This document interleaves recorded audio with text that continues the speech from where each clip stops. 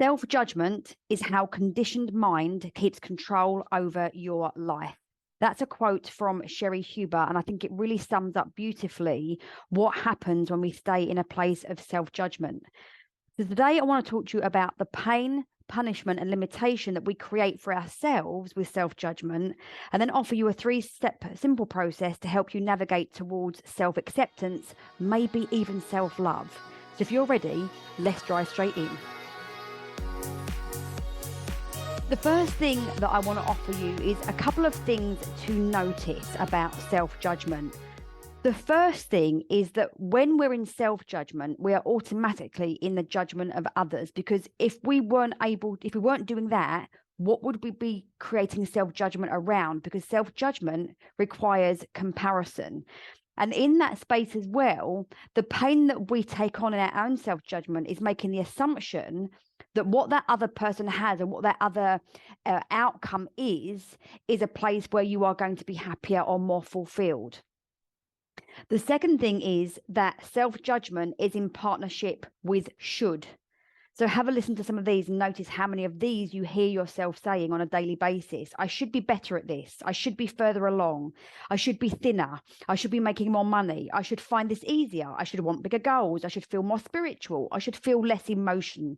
I should not be so loud. I should not feel like this. That's just a tiny slither of the great big pie of self-judgment statements that we've got going on in our head all of the time, and a lot of it unconsciously. Now, notice in that when we think about self-judgment being in partnership with the should, it leads me to step number 3, which I think is the most important thing, and the point where your freedom from self-judgment lives. Self-judgment can only be created, maintained, and amplified through the context of the definition that we choose to hold. So let me just explain that in more simple terms. If we go back to those lists of shoulds that I gave you, let's have a look at this one. I should be better at this, whatever it is that you're thinking about. Well, by nature of that, you are holding a definition of what better looks like. You might never even ask yourself what that means. Your brain has just offered you this blanket statement, you should be better at this. And you've just gone, oh yeah, I should. And you've never even questioned it.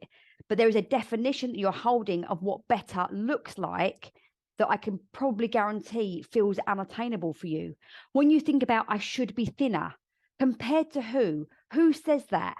How do you know that that's what you should be? Why are you making that true for yourself?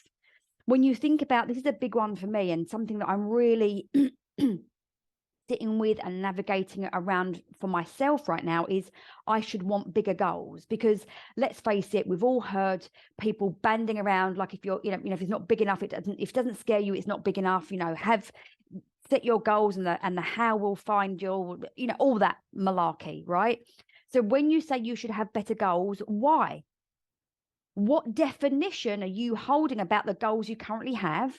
What definition are you holding about bigger goals that makes you feel that the should that you're holding that's putting you into self-judgment is about having bigger goals?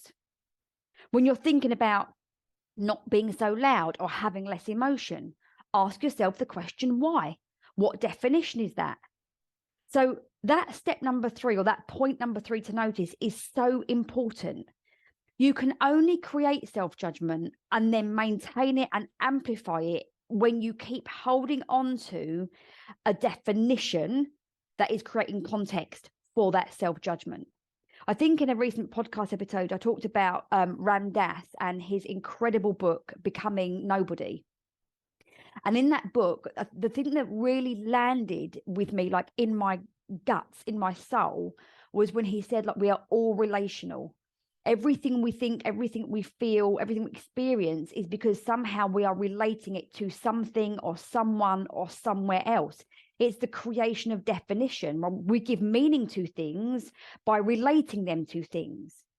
So if we just had a whiteboard rubber and we were able and willing to wipe the board of the definitions and create something new, what could be different? And that's where we're going to go with the homework today.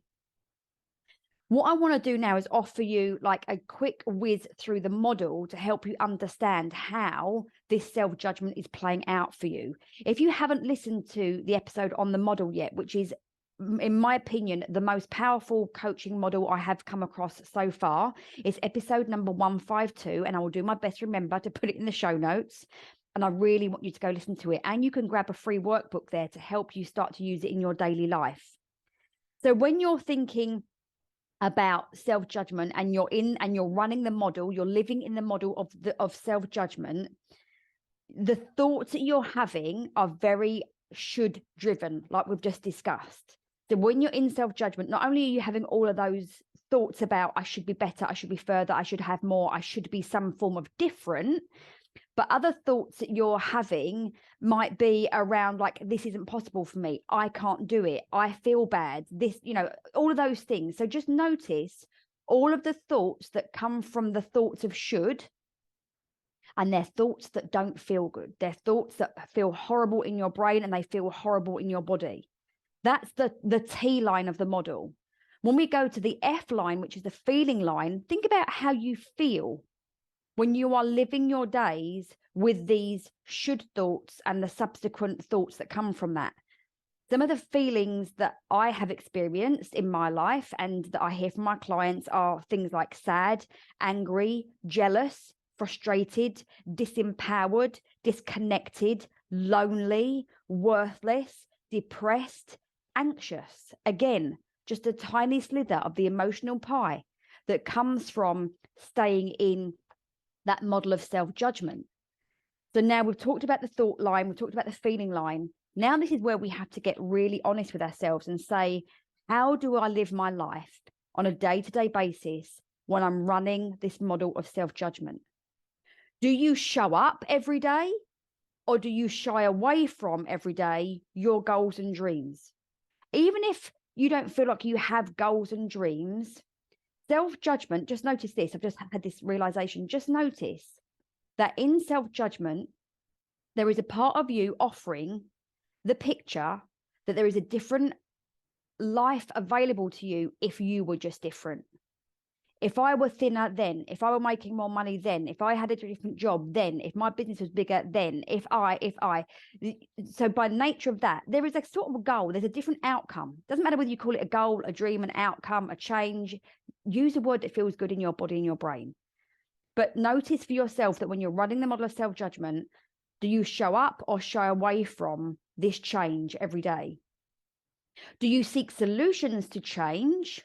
Or do you like get through the day? And the picture that I get in my head when I'm thinking about this is like somebody walking against the wind, the really strong wind. So your head's down, you're leaning in, you're pushing through just to get to the end of every day, exhausted, sad, frustrated. It's a very different energy, can you see, from when we're seeking solution to when we're our only goal is, please God, let me just get through today. Ultimately, when you're living in the model of self-judgment, do you live or do you exist? And you'll know by looking at the actions that you take every day. And then we come to the R line, the results line, right? What are the results that you have in your life that are a direct relation to your level of self-judgment? How is that showing up for you in your business or your career? How's it showing up for you in your mental, physical, emotional, and spiritual health?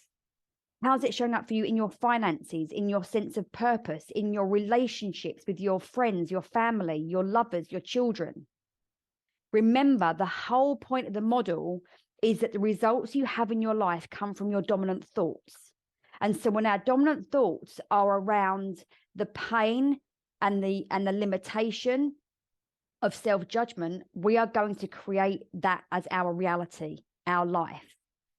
I'm going to just kind of interject here, or like insert here a little side note, because it was something that's literally just happened, but I feel like it will give you a really good insight into how quickly self-judgment can come along, and what we can do in that moment to kind of navigate around it. So I would give myself an award for self-judgment, not going to lie, right? And I think for me, having worked with over the last sort of 10 to 12 years, people in the fitness industry when I was a personal trainer. So they all came to me for metabolic nutrition to lose weight.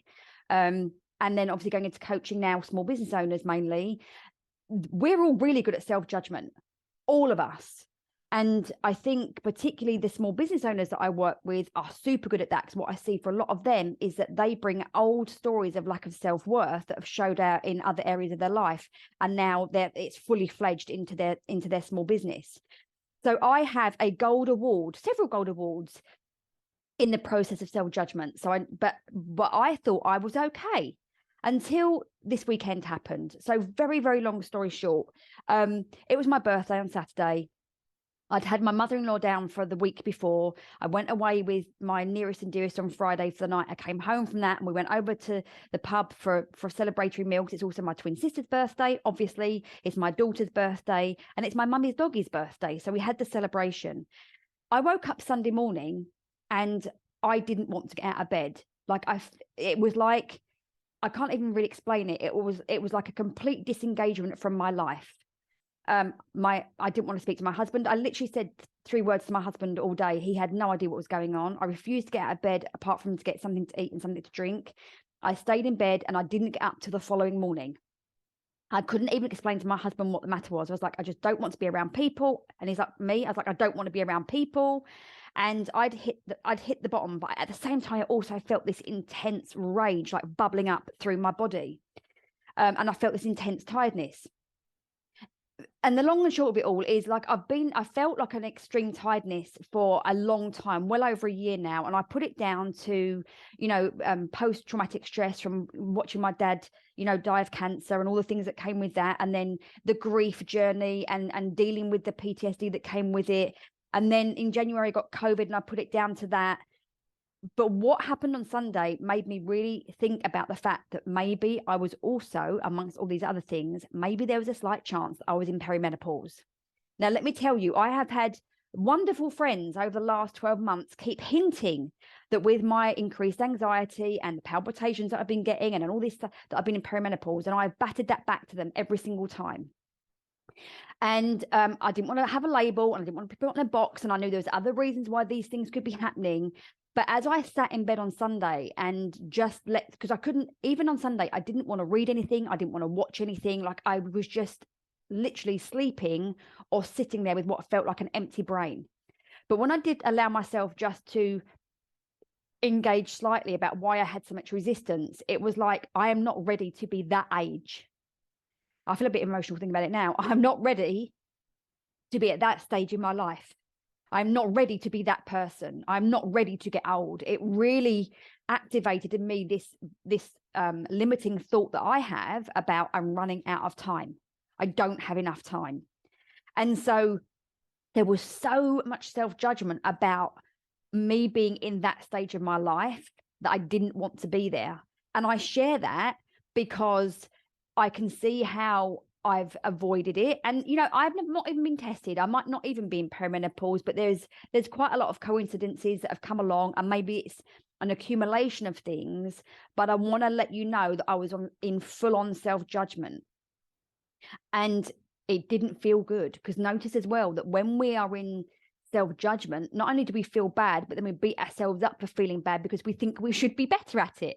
We think we should be able to navigate this easily. And so it's like this kind of like constant layering, this sandwich layering of crappy emotion on crappy emotion on crappy emotion. And so I just want to offer that story to you to let you know that, self-judgment can be based on stories that you've held for a really long time, or new things can come along. For me, when I'm working with new business owners who have never run a small business before, there's a whole heap of self-judgment that comes out, because they're looking at people that are further along than them, that have been doing it for longer than them, and all of that kind of stuff. And it activates all kinds of new self-judgment. And I wrote down 3 things here. Self-judgment is the cast iron guarantee for a life unlived. How does that land? When I think back to when I was in my worst stages of my life, when some of you know that when I was younger, I had eating disorders. And I remember so many days like grabbing handfuls of flesh And bearing in mind, I got to a very, very, very light weight, but I would find skin and pull the skin until my skin was red raw because I hated myself so much. You know, when I think about the really early days of my business, I would come home from my exercise classes and like drink a bottle of wine because the excruciating shame of only having 4 people in my class and how bad that made me as a trainer, and then beating myself up for drinking. Do you see where I'm going? Self-judgment is the cast iron guarantee for a life unlived. I also want you to notice that it is your brain's best protective strategy. Remember, your brain has only 2 jobs: to keep you safe, to keep you alive. So when it allows you, when it keeps giving you, offering you thoughts of self-judgment, it stops you going out and doing things that feel unsafe to your brain. It's a very, very clever form of protection, but it will keep you in that life unlived. And putting all of that together, it kind of occurred to me that self-judgment puts you in a life like the Truman Show. None of it is a reality. It's all a perception, and it's all relational because of the definitions that you're holding. And you get to escape the Truman Show by doing something different. And that's what I'm going to finish up on today. I was thought about what's 3 really simple things that you can do without any real exertion, and that will very gently, or not, depending on how committed you are to the process, guide you from this self-judgment into a place of self-acceptance. Now, that might not be one step. You might not go from self-judgment to self-acceptance. You might go from self-judgment to a little bit less self-loathing, because where there's self-judgment, there's going to be some loathing or some dislike or some hate somewhere. You might go from self-judging to a little bit of neutrality. You might go from self-loathing to possibility. It might not be a one step. Certainly, it's probably not going to be from self-judgment to self-love. But if you're willing to take the journey, every day is a trip or a step on that pathway. And before I give you those steps, I just happened to find on my desktop today a really gorgeous quote that I had a screenshot from Marianne Williamson. And it says, "It takes courage to endure the sharp pains of self-discovery rather than choose to take the dull pain of unconsciousness that would last the rest of our lives." And that dull pain of unconsciousness for me is also related to that dull, consistent pain of self-judgment. When we feel like we don't have a choice, when we feel like that's who we are, that pain, that constant chronic pain, can be overcome when you're willing to be courageous enough to take the acute pain of this daily journey. And the pain does lessen, and you do start to step into joy. I promise you that. I've done it and I still work on it. Okay. So here's the 3 steps that I come up with. Number 1, I want you to start your day with kindness. If you have your alarm on your phone, I want you to make sure you've got some words of appreciation or gratitude or optimism on your phone, so that when you pick up the phone to turn the alarm off, you see these words first, because that's such a powerful state that your brain is in. If you can't do that, or you don't do that, put some post-it notes where you can see them as soon as you open your eyes in the morning. Just maybe 2 or 3 big, bold words. Even if you don't feel like you're taking them in, put them somewhere where your eyes will see them, your brain will receive them. Ooh, I need to write that down. If your eyes will see it, your brain will receive it. That is a good one, Louise. Well done. And, you know, like I say, you could just say the words in your brain, and like quietly in your mind, you can say them out loud. Now, listen, if you can't make it personal yet, if you're not ready to say, I like myself today, or I'm exactly where I need to be, or you know, I'm an amazing person. Like, if you're not ready to make it a personal statement or personal words, make it more global, make it more universal. Today will be a good day. I am grateful I woke up today. You might have 3 power words: gratitude, grounded. These are my 3: gratitude, or grateful, grounded, graceful. I love those 3 words.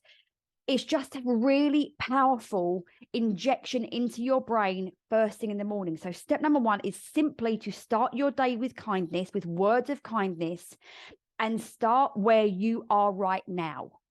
Because if you go too far, there'll be an instant reaction in your brain to want to resist that. You can build up on it. This is all part of self-acceptance. I am where I am, and I'm willing to own my journey. Step number 2 is to raise awareness throughout the day of when you are running the model of self-judgment. You're asking me, how will I know I'm in the model of self-judgment, Louise? You will know because you will feel crap, or you'll hear the thoughts in your head. Some of us go to feeling first. That's me. I'm a clairsentient, so I feel things. I'm very kinesthetic. Some of you will hear or experience the thoughts in your mind first. Doesn't matter which way it comes round. But when you're running the model of self-judgment, you will feel the crappy thoughts, you will feel the crappy feelings, and you will notice the crappy thoughts that you're having. Step number 2 is just to be aware of that. Just notice how many times a day that's happening for you without judgment. Remember my saying, no shame, no blame, no judgment. And step number 3 is definition. So notice how, and I'll give you an acronym for this in a minute to help you remember. So we're going to have a look at, when you're in that awareness, I just want you to notice what is the definition that you are holding that is creating the context for that self-judgment. So we talked about that before. Like, if I'm not thin enough, what definition are you holding? If I'm not rich enough, if my goals aren't big enough, if I'm too loud, if I'm too emotional, like, get clear. Instead of just accepting that definition that your brain's offering you, question the definition. Whose definition is it? What definition is it? Question that definition. And if and when you feel ready, create a different one. Change the context. And you could just say, what if today I just chose to believe, or I just chose to have this different definition instead? What if today I just chose a definition that the small goal that I've got is actually really exciting for me and it matters to me and my family? What if today my definition of health is not weight, but it's how good I feel in my brain and how strong I feel in my body? What if today my definition of being too much is I'm the person that's going to go out there and consciously try and help somebody else live a better life today? Like, find the definition that's causing you the compression. Whose is it? Who does it belong to? And then just play the game of trying a different definition on. It's game changing, and all of these things can happen in an instant. So to help you remember, when we talk about starting your day, it starts with S, but I also want you to imagine about when you start your day like that, you're setting up a stage for your day.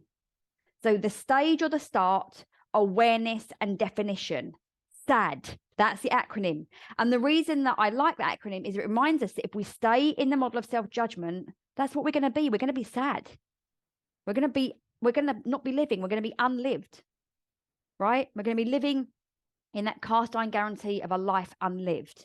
If we can take ourselves through that sad process, we can come into a life of opportunity, a life of different definition, new context, new experiences, new emotions, new thoughts, new everything, because you haven't run that model consistently before. So I hope you've enjoyed this, and I really hope more than anything else, I've given you just a way to open the doorway towards a life where there is far more self-acceptance, where there is a softness for yourself, where you can practice kindness to yourself and to others, where you can, really live and experience life without the blame, the shame, and the judgment, because that causes us just so much pain and limitation. If you have not joined me yet, please come over and join my new Facebook group for small business owners. You will find me at the Small Business Alchemy Chamber. I will put a link in below. If you want your own one-to-one coach to help you navigate the journey of life with a little bit more serenity, with certainly a lot more certainty in your ability, and with more self-kindness, please do book your free consultation call in. The link is around this podcast somewhere. Thank you for being part of my community. I will speak to you again in the next episode of the Your Rich Life podcast.